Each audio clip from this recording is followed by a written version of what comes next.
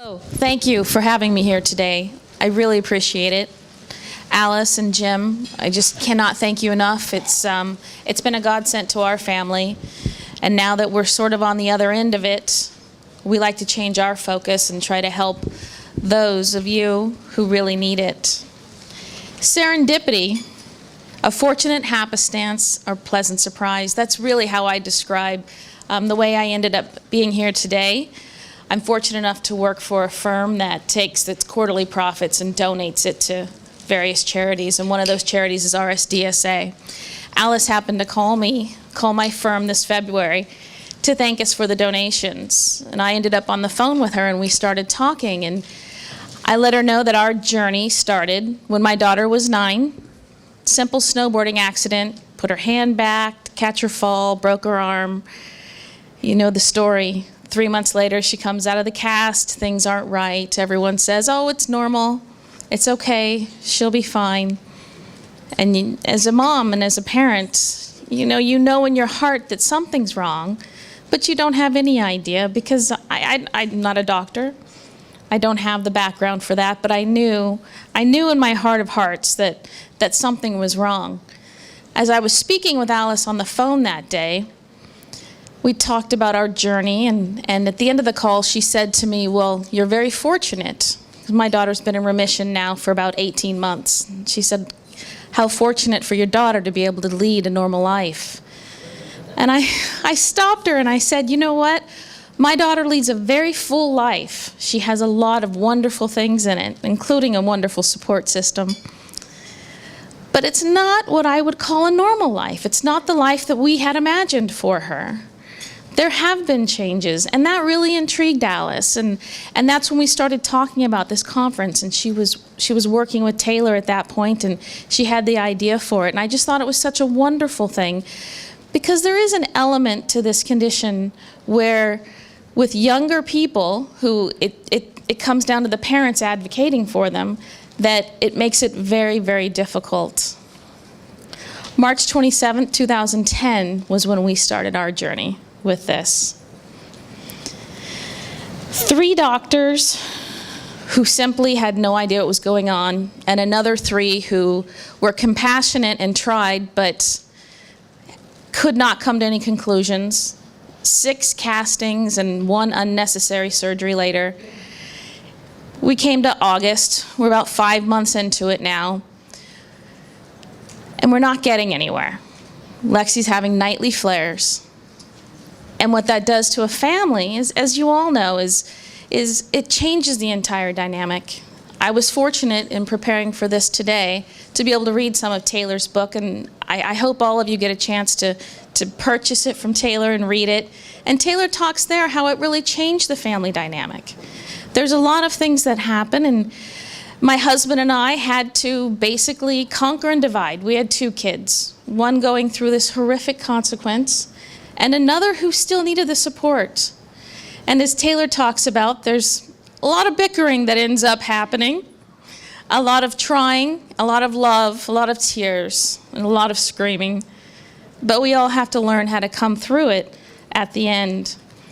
For us, it was the lack of sleep. It was the not knowing what was going on. I'm a fairly well-educated woman. I'm taught to assess situations, think critically about them, come to conclusions, and implement plans for those conclusions. And I was completely out of my element here, with no hope. At one point, during, I think it was our 3rd or our 4th trip to the emergency room, always in the middle of the night, I even had an emergency room doctor suggest to me that my daughter was there because of me, that I enjoyed the medical attention. I explained to that particular doctor that I enjoyed having a healthy child who could use her arm, that I enjoyed sleeping, that I enjoyed my life, but I absolutely did not enjoy what we were going through as a family. The problem there, as a parent of a young child, though, is that it rocked us to our core, because at that point, we were questioning and going to doctors and trying to get help, and now all of a sudden, we found ourselves dangerously close to being accused of child abuse. And it really became a difficult thing for us. We were very fortunate. We had an amazing pediatrician, and that pediatrician helped us get a diagnosis, and she helped us get admitted to Stanford, Lucile Children's Packard Hospital. And that was a saving grace for us, because at that point we were 8 months from her initial fall. We still made it within the 12-month window that everyone talks about here and everyone knows about. We were scared. We didn't know if we'd made it in time. She had absolutely no use of her arm, and it was emaciated. And as a parent, we all know we just want our children to be better. Stanford taught us 2 things. We were there for 2 weeks. It taught us a lot of many valuable lessons. The first was our daughter had a community of children that she saw had the same condition, so she didn't feel alone. She saw that, gosh, maybe there is hope. Maybe I will be able to move my arm. As parents, we were taught that it was okay to make her fight through the pain to get better. And that's the hardest lesson, absolutely the hardest lesson for us. But it was worth it. It was really worth it. The last thing that Stanford really taught us was that, and it ended up working for us because we know that no one thing works for every person, is they taught us desensitization and physical therapy, as well as family therapy, which helped, and they taught us positive attitude.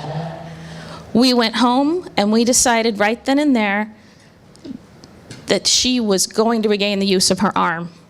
It was very important to us. We developed a program on our own. She did 2 hours of therapy each and every day.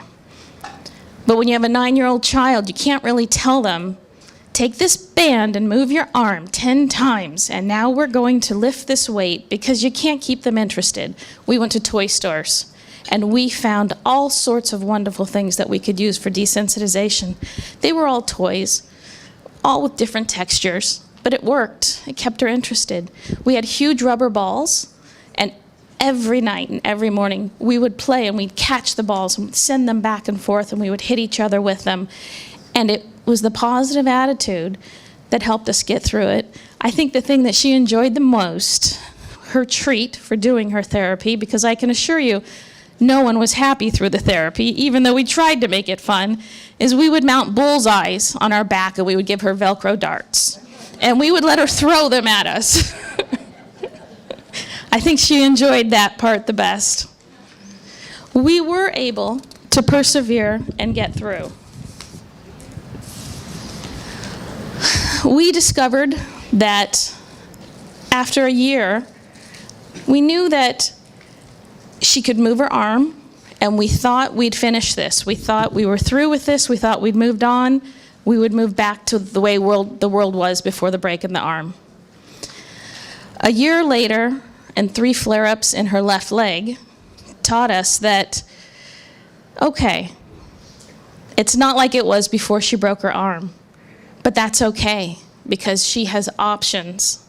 And there are lots of other things you can do in life when you have your options.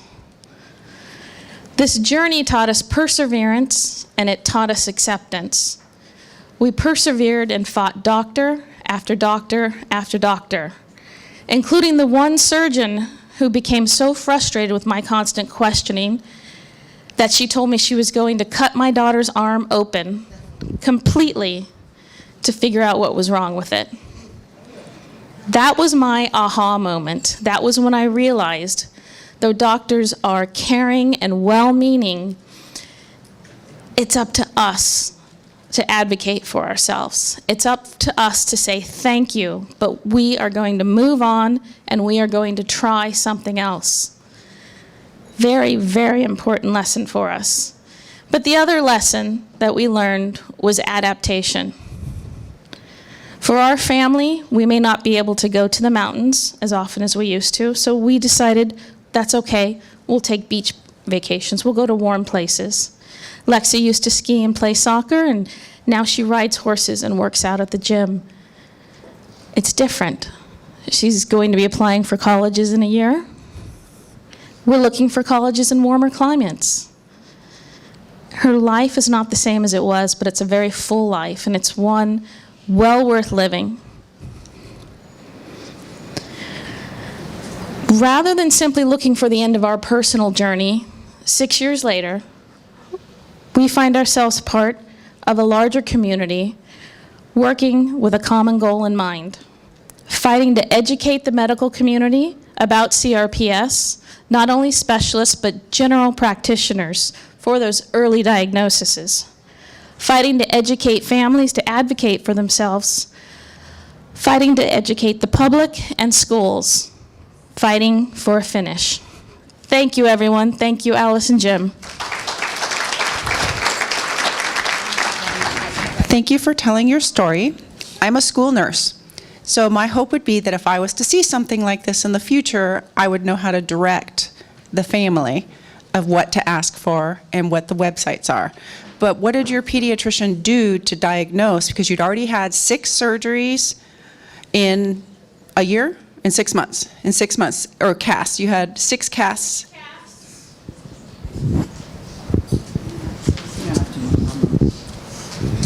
So it was 6 castings and 1 surgery. They scoped her elbow because at that point she wasn't using her arm, and the surgeon had convinced us that it was a ligament in her arm that was causing the problem. What did my pediatrician do?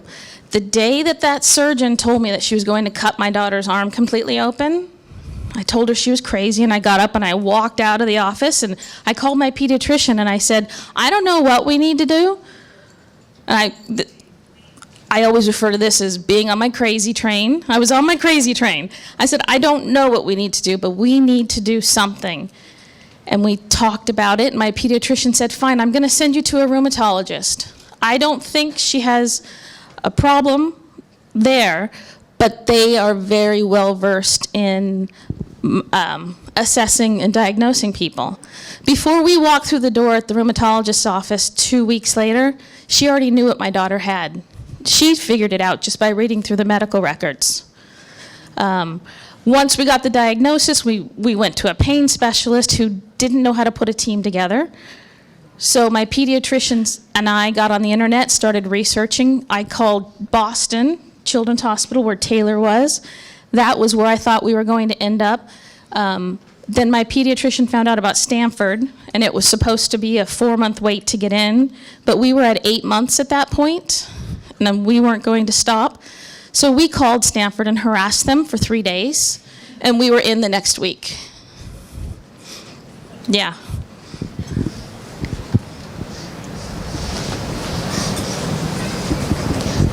Thank you. Lexi, I have a question. So you started out with your arm not being movable, and then she said, and then you started having problems with your legs. Did you have a wound? Did you fall? Did you break your leg? Did something happen to your legs to have it pass to your legs? Like my mom said, I was a big soccer player, so I sprained my ankle during a soccer game, and initially I think they thought that I had broken my ankle, so I was in a boot. Well, or I have. Okay. I actually cannot remember about 3 years of my life. There's just a big time chunk missing.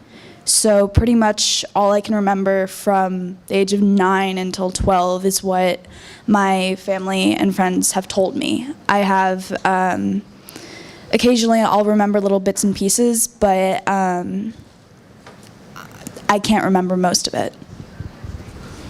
It's your, when your body goes through a trauma, it's your brain's initial response to block the memory, and that's what my body did. So I can remember, as I get older, I can remember little bits, but most of it's just gone.